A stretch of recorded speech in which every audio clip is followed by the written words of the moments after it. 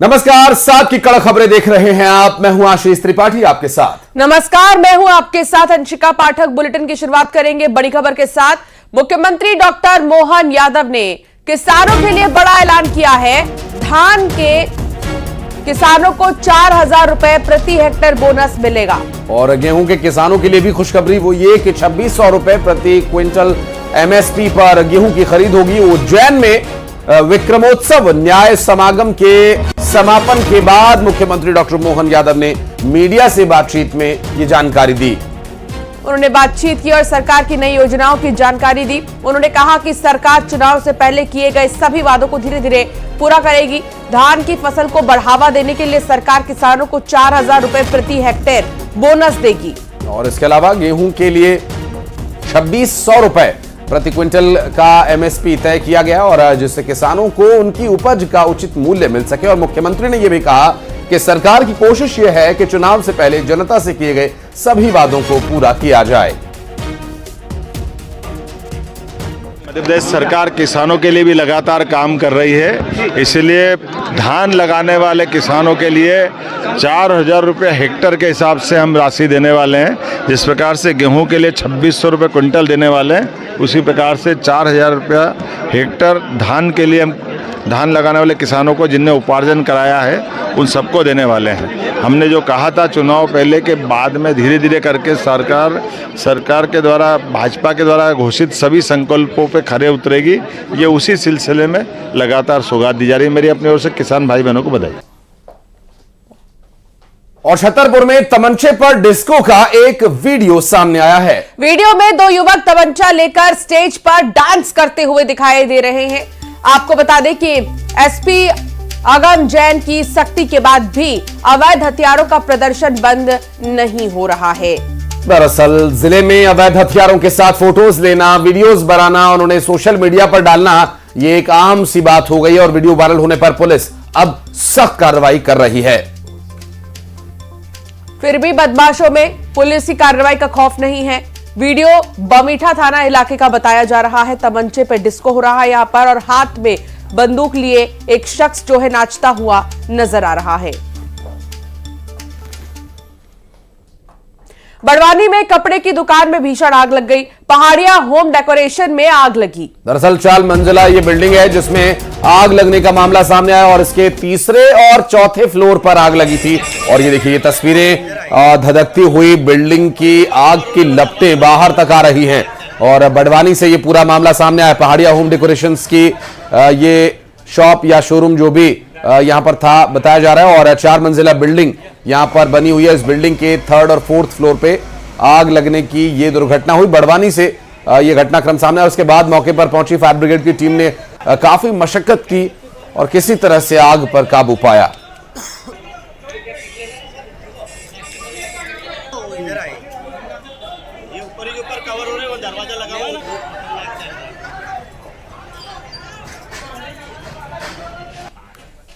और सतना में जंगल में आग का मामला, जहां पहाड़ी में चारों तरफ आग ही आग नजर आ रही है। वन विभाग को सूचना दी गई है। पिंडरा गांव के खंतारहार के जंगल में आग लगी है। तो आग लगने का ये पूरा मामला सामने आया और ये देखिए तस्वीरें भी सामने आ चुकी हैं सतना से। और वन संपदा को काफी नुकसान अंशिका यहां पर हो रहा है। धू धू कर ये जो जंगल धधक रहे हैं, जल रहे हैं। अभी गर्मी आने में कुछ समय है, लेकिन गर्मियों से पहले ही इस तरह की तस्वीरें डरा देने वाली। वाकई में, और वन विभाग की तरफ से लगातार इस पर नजर रखी जा रही है ताकि किसी तरह कंट्रोल में किया जा सके। अगर समय रहते कंट्रोल नहीं किया गया, इस आग पर काबू नहीं पाया गया, तो और भी ज्यादा आग के विकराल रूप लेने की संभावना है। तो पहाड़ों पर किस तरीके से जंगल धधक रहे हैं, उनकी तस्वीर आप देखिए। वन विभाग को इसकी सूचना दी गई है।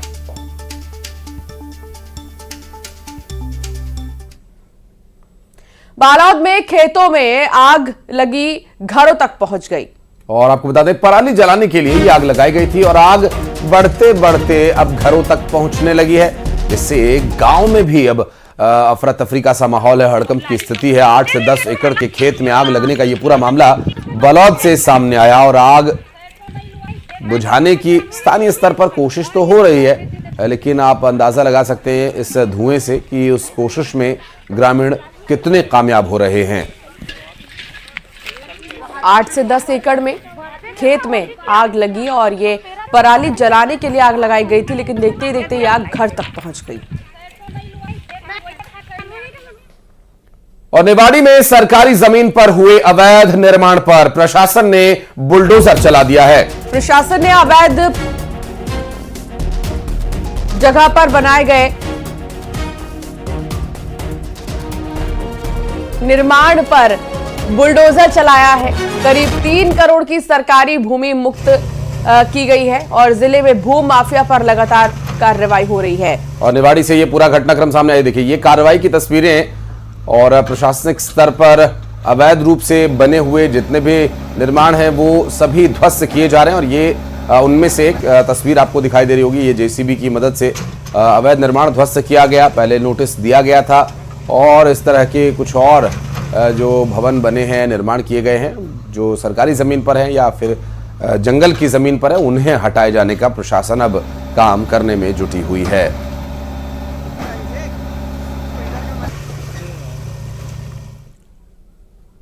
तो वहीं छतरपुर में आग में 2 किसान जिंदा जल गए। ट्रैक्टर और थ्रेशर के पलटने से ये आग लगी थी। और आग की तेज लपटों में घिरे दोनों किसान, और आपको बता दें ट्रैक्टर के नीचे वे दब गए थे, जिससे निकलने में उन्हें काफी जद्दोजहद करनी पड़ रही थी। लेकिन उस बीच आग ने उन्हें घेर लिया और जिंदा किसानों के जलने का ये दुखद मामला सामने आया।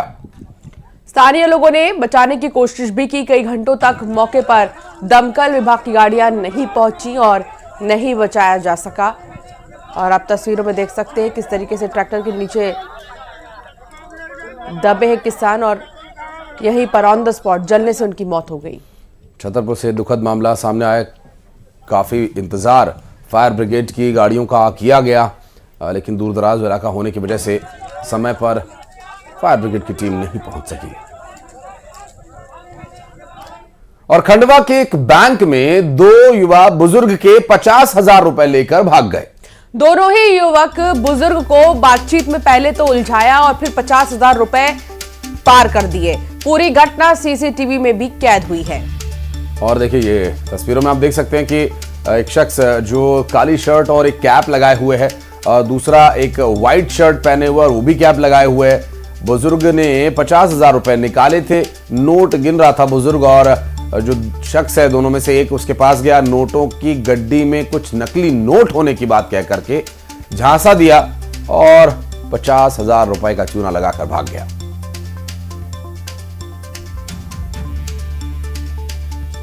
तो इस तरह से बैंक में आप भी जाएं कभी तो बहुत सावधान रहें। अपने नोटों को गिनने के लिए बैंक कर्मचारियों पर ही भरोसा करें और उसके बाद किसी और पर इस तरह से बैंक में भरोसा ना करें, क्योंकि पैसों के लेन देन का ये मामला काफी संवेदनशील होता है।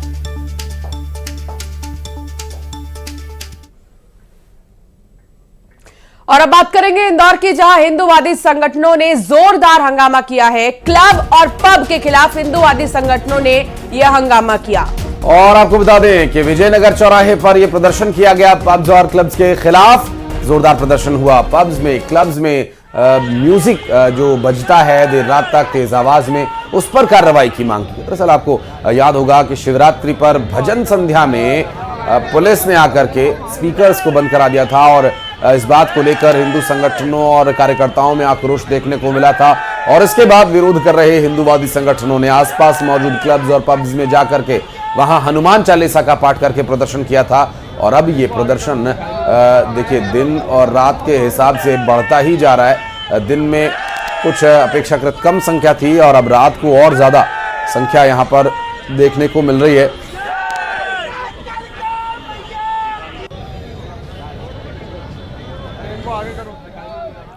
और सोशल मीडिया पर एक महिला की रील काफी तेजी से वायरल हो रही है, जिसमें वो आपत्तिजनक भाषा का इस्तेमाल करती हुई दिखाई दी है। खुद को लड़कियों की खरीद फरोख्त करने वाली बता रही है। इस वीडियो के सामने आने के बाद जिले में हड़कंप मच गया है और महिला के खिलाफ कार्रवाई की मांग उठ रही है। वायरल वीडियो में महिला कुछ अन्य लड़कियों के साथ बैठी हुई नजर आ रही है। और वीडियो में जो कुछ अन्य लड़कियां हैं उनकी तस्वीरें दिखाई दे रही है। कुछ और लोगों को कॉल पर जोड़ा गया और वीडियो में महिला अपना नाम बताते हुए खुद को बदरवास की निवासी बता रही है और खुलेआम यह दावा कर रही है कि वो लड़कियों को खरीदने और बेचने का काम करती है। इतना ही नहीं, वो ये भी कह रही है कि इस काम में उसकी टक्कर का कोई नहीं है। वीडियो के अंत में वो धमकी भरे शब्दों का भी इस्तेमाल कर रही है। घमंड तो मुझे कई बात को है कि लड़की खरीदती हूँ और बेचती हूँ मैं, और वो भी बदरवास से, और कोई है हमारी टक्कर को जो लड़की खरीद के और बेच के दिखाए। वीडियो फुटेज इंस्टाग्राम रील है जो वो सामने आई है, जिसमें एक महिला द्वारा ये क्लेम किया गया है कि वो बदरवास क्षेत्र में लड़कियों को खरीद कर बेचती थी। इस घटना की सत्यता के बारे में हमने जानकारी ली है, तो इस प्रकार की कोई भी घटना सामने नहीं आई है जिसमें किसी लड़की को खरीद कर बेचना पाया गया हो। हम जिसने भी ये रील जारी की है हम उसका पता लगा रहे हैं और जल्दी उसका पता करके आगे की विवेचना करेंगे। न्यूज़ 18 की खबर का बड़ा असर हुआ है। सड़क पर केक काटने के मामले में बड़ा एक्शन लिया गया है। दरअसल मेयर मीनल चौबे के बेटे सहित 5 आरोपियों को गिरफ्तार किया गया। हालांकि बाद में कोर्ट से जमानत मिल गई। मेयर के बेटे समेत 10 लोगों पर मामला दर्ज हुआ है। सड़क पर केक काटने का वीडियो वायरल हुआ था। डीडी नगर थाने में दर्ज हुआ था मामला। और न्यूज़ 18 ने प्रमुखता से इस खबर को दिखाया था। हालांकि इस पूरे मामले को लेकर मीनल चौबे ने एक वीडियो जारी किया था जिसमें उन्होंने कहा कि इस तरह की कोई भी हो, चाहे वो मेरा बेटा खुद ही क्यों ना हो, वो इस तरह की हरकत बर्दाश्त नहीं कर सकते। हालांकि इस पूरे मामले में उन्होंने माफी मांगी और आइंदा इस तरह की हरकत न हो इस बात के लिए पाबंद भी किया। और हालांकि कांग्रेस की तरफ से जो बयानबाजियां आई उसके बाद इस पूरे मामले पर सियासत भी शुरू हुई और न्यूज़ 18 ने जो खबर दिखाई उसका एक बड़ा असर यहां देखने को मिल रहा है। और पीथमपुर में एक और जहां पहले चरण के ट्रायल के तौर पर यूनियन कार्बाइड का कचरा जलाने का काम शुरू हुआ, तो वहीं दूसरी ओर पीथमपुर में महिलाओं ने सिर पर काली पट्टी बांधकर इसका विरोध किया। पीथमपुर बस स्टैंड पर महिलाओं ने भीमराव अंबेडकर की तस्वीर हाथों में लेकर जहरीले कचरे के विरोध में धरना प्रदर्शन किया। महिलाओं ने नारेबाजी करते हुए मांग की है कि जहरीले कचरे को कहीं और ले जाकर जलाया जाए। महिलाओं ने इसके विरोध में कोर्ट जाने की भी बात कही और इस दौरान सुरक्षा की दृष्टि से पुलिस बल यहां पर तैनात रहा, जिससे किसी भी तरह की कोई अनहोनी ना हो। और ये देखिए तस्वीरों में आप देखिए सिर पर काली पट्टी बांधकर काले दुपट्टे लेकर महिलाएं विरोध कर रही हैं। कारण यह है कि 1984 में जो घटना हुई थी और जो लाखों लाशों का अंबार जो लगा था, उस फैक्ट्री के अंदर भी लाखों लोग मारे गए थे। उन लाखों लोगों की जो है हड्डियां या पीथमपुर में लाई गई उस कचरे के साथ और उसे कल जलाया गया। बहुत दुख हो रहा है मुझे इस बात का कि हमारा पीथमपुर भी, हम लोग नहीं चाहते कि ये पीथमपुर इतना गंदा और कचरे से भरा हो। नर्मदा किनारे अतिक्रमण पर हाईकोर्ट ने बड़ा आदेश दे दिया है। हाईकोर्ट ने कहा है कि नर्मदा के 300 मीटर के दायरे में निर्माण ना हो। दरअसल 1 अक्टूबर 2008 के बाद निर्माण हटाए सरकार, ये निर्देश दिए गए और सख्ती से अतिक्रमण हटाने के लिए सरकार को निर्देश कोर्ट के द्वारा दिया गया। मास्टर प्लान की शर्तों का, माफ कीजिएगा, मास्टर प्लान की शर्तों का पालन सुनिश्चित करने के लिए कोर्ट ने सरकार को निर्देश दिए हैं। नर्मदा को प्रदूषण से बचाने का काम जारी रहे।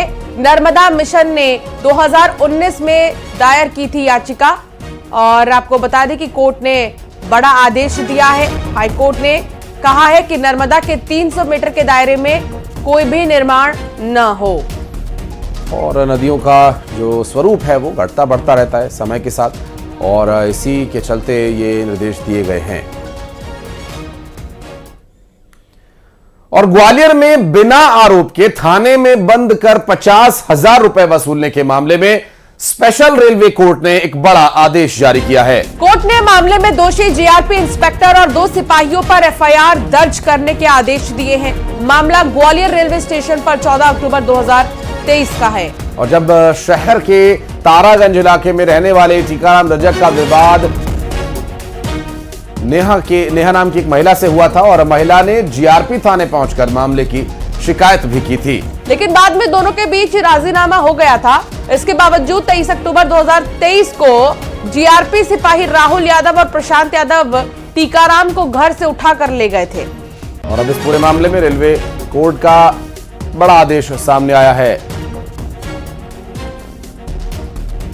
उक्त घटना के बाद उसने रेलवे मजिस्ट्रेट कोर्ट में एक परिवाद पत्र दायर किया, जिस पर संज्ञान लेते हुए माननीय न्यायालय ने उस समय के टीआई वीरेंद्र झा, प्रशांत शर्मा और राहुल यादव के खिलाफ मामला पंजीबद्ध किया है।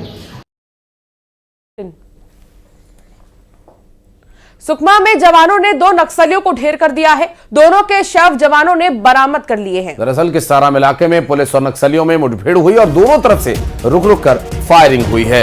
यहां कोबरा, डीआरजी और जिला बल के करीब 500 जवानों ने नक्सलियों को घेरा। आपको बता दें कि जवान एक के बाद एक नक्सलियों के खिलाफ बड़ी कार्रवाई कर रहे हैं। इससे पहले जवानों ने बीजापुर में 9 फरवरी को नक्सलियों के खिलाफ बड़ा ऑपरेशन किया और आपको बता दें कि 31 नक्सलियों को इस ऑपरेशन में ढेर कर दिया गया था और मुठभेड़ में बीजापुर के इंद्रावती नेशनल पार्क इलाके के मुठभेड़ में इस इलाके में मुठभेड़ हुई थी और सुरक्षा बलों को बड़ी कामयाबी मिली। और सुकमा मुठभेड़ में कामयाबी पर सीएम साय ने जवानों को बधाई दी। सीएम ने कहा कि जवानों को लगातार सफलता मिल रही है। हमारे जवान मजबूती के साथ नक्सलियों से लड़ रहे हैं। छत्तीसगढ़ में शांति कायम करने में एक दिन हम सफल होंगे।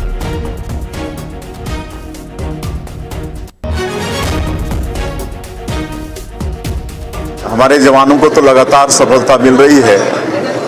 हमारी सरकार को 1.25 साल से ज़्यादा हो गए हैं और इस दरमियान में बहुत मजबूती के साथ नक्सलवाद के साथ हमारे जवान, हमारे सुरक्षा बल के जवान लड़ रहे हैं। उनके साहस को नमन करते हैं और एक दिन निश्चित रूप से छत्तीसगढ़ में शांति कायम करने में हम लोग कामयाब होंगे। और अब खबर ग्वालियर से है, जहां मिर्ची बाबा ने बड़ा बयान दिया है। उन्होंने कहा कि मैं परेशानी में था तब दिग्विजय सिंह ने साथ नहीं दिया। और दिग्विजय सिंह धर्म विरोधी हैं। मिर्ची बाबा ने कहा कि अब राजनीति से मोह भंग हो गया है, अब मैं कभी भी राजनीति नहीं करूंगा। मिर्ची बाबा 14 से 21 अप्रैल तक लक्षचंडी कुंभ महायज्ञ करेंगे। और अगर आपको याद हो तो ये वही मिर्ची बाबा हैं जिन्होंने कांग्रेस की और खासकर दिग्विजय सिंह की विजय के लिए मिर्ची हवन किया था। और अब उनका कहना है कि मैं कभी भी राजनीति नहीं करूंगा। और दिग्विजय सिंह को लेकर जो उन्होंने बात कही है, उससे जाहिर है कि अब खटास बढ़ गई है। जब मैं किसी आपदाओं से पार हुआ तो उस वक्त जिनका आप नाम ले रहे हो लोग डरते हैं, मैं डरता नहीं हूं। जिनको पूरे भारतवर्ष में राजा के नाम से जाना जाता है, एक बड़ी खुशी की बात है। लेकिन ऐसा कुछ भी नहीं हुआ कि जब मुझे बाइज्जत बरी किया गया तो इन सभी लोगों को भूलना चाहिए था, लेकिन इन सभी के मुंह में फना ठुक गया, इसलिए धर्म विरोधी है। गाय और छिंदवाड़ा में पूर्व मुख्यमंत्री कमलनाथ ने हरई में एक जनसभा में वहां के टीआई को धमकी दी है। पूर्व मुख्यमंत्री कमलनाथ ने टीआई को मंच से चेतावनी देते हुए कहा है कि बीजेपी का बिल्ला लगाकर टीआई काम न करें, हमारा भी समय आएगा। और आपको बता दें कि पूर्व सीएम कमलनाथ 4 दिवसीय दौरे पर छिंदवाड़ा आए हुए थे और इस दौरान टीआई को धमकाते नजर आए पूर्व मुख्यमंत्री कमलनाथ।